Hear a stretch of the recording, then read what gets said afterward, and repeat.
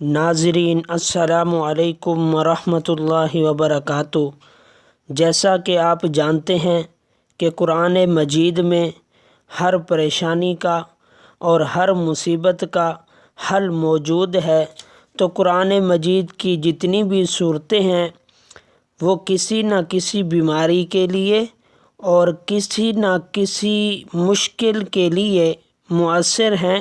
تو آج ہم بات کریں گے سورۃ الرعد کے بارے میں کہ اگر کوئی شخص جیل میں ہو، خواہ وہ بیٹا ہو، بھائی ہو یا کسی کا باپ ہو یا کوئی رشتہ دار ہو، اور ہزار کوشش کے باوجود رہائی نہ ہو رہی ہو، تو مغرب اور عشاء کے درمیان باوضو 21 مرتبہ سورۃ الرعد پڑھیں۔